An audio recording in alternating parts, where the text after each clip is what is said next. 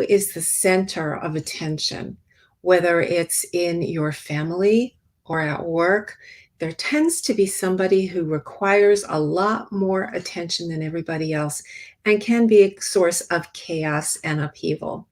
So, because I'm working with families, that's where my focus is going to be tonight. Imagine, if you will, this is to give you a visual of what happens when people find themselves doing that dance around the person who's kind of out of control. So, imagine, if you will, a raft bobbing around in the middle of the ocean.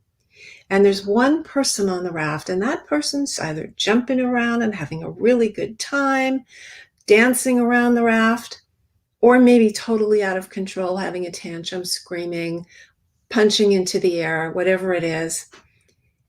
And now a person is invited up onto the raft to make sure that that raft does not capsize, that it doesn't tip over.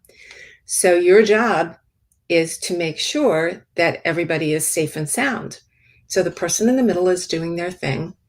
And then you come on, and your job is to balance the raft. So you're kind of dancing around and trying to contain this person and make sure they don't get too close to the edge and fall in or tip it over.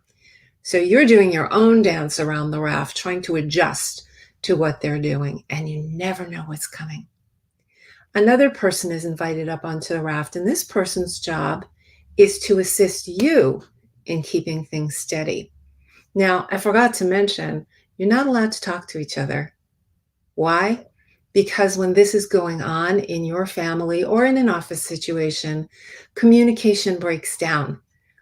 And people are kind of looking around, not knowing what they're supposed to be doing because there's chaos. So you and this other person are not allowed to talk to each other. So this second person who came up to help you is now moving around and looking for some cues for you about what to do. Raft is still kind of tippy and in danger. The last person to come up, they don't have a job. They can do anything they want. And what usually happens is that that person does the duck and cover.